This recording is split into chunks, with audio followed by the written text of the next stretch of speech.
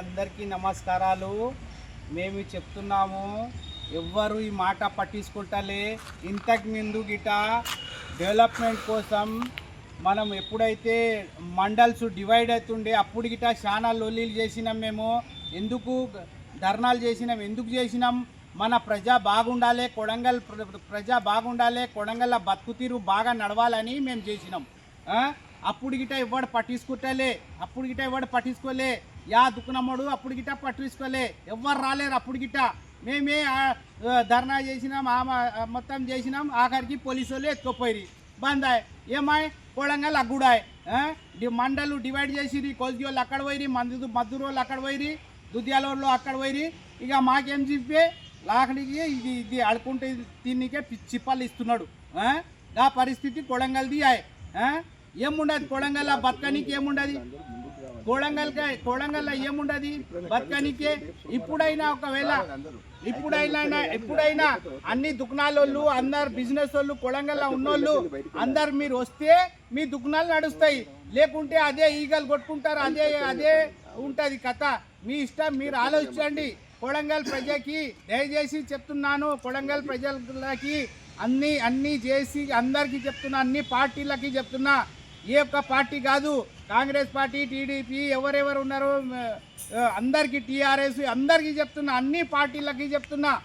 దయచేసి కొడంగల్ డెవలప్మెంట్ గురించి ఆలోచించండి. కొడంగల్లో ఎవరైనా మీకు రేపటి దినం మీ పిల్లలు బతకాలంటే వాళ్ళ బతుకుతీరు గురించి ఆలోచించండి. ఆ ఆలోచన పెట్టి ఇప్పుడు మన సార్ సీఎం అయినాడు. ఇక్కడ కొడంగల్ ఎమ్మెల్యే గారు సీఎం అయినారు. ఆయన తలుసుకుంటే ఇప్పుడే చేస్తాడు. ఇప్పుడు చేయకుంటే ఇక జీవితంలో ఈ కొడంగల్ ఇట్లే ఉంటుంది. మీరు ఆలోచించి ఏమైనా చేయండి. మంచిగా ఈ మాట ఇది ఉన్నది. అందరు సహకరించండి. మండే రోజు బంద్ ఉండదు. ఆ బంధుకి అందరూ రండి. మెయిన్ బంద్ చేయండి. బంద్ చేస్తే సార్ వస్తున్నాడంట. మండే రోజు సార్ కన్లో మీద పడుతుంది. ఎవరు సార్ ముందలా తీసుకోపోతలే మాట.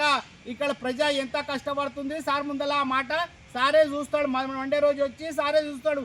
అందరు బంద్ పెట్టినరప్ప ఎందుకని సార్ అడుగుతాడు. అప్పుడైనా అడుగుతాడు, ఇట్లా ఉంది పరిస్థితి అని. ఆయనకైనా ఎక్కవుతుంది. ఈ కాలేజ్ ఈడనే ఉండని, ఈ హాస్టల్ ఈడనే ఉండని అని చెప్తారు.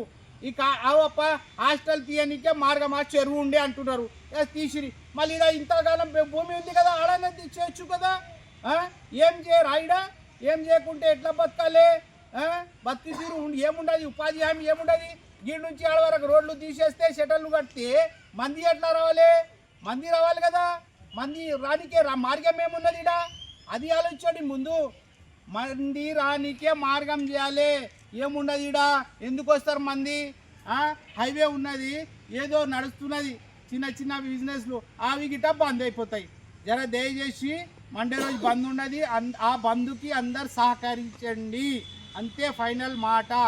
దయచేసి రండి, ఇల్లు ఇడిచి రండి. బంద్ చేసి అందరు రోడ్డు మీద రండి, లేకుంటే మీ ఇష్టం.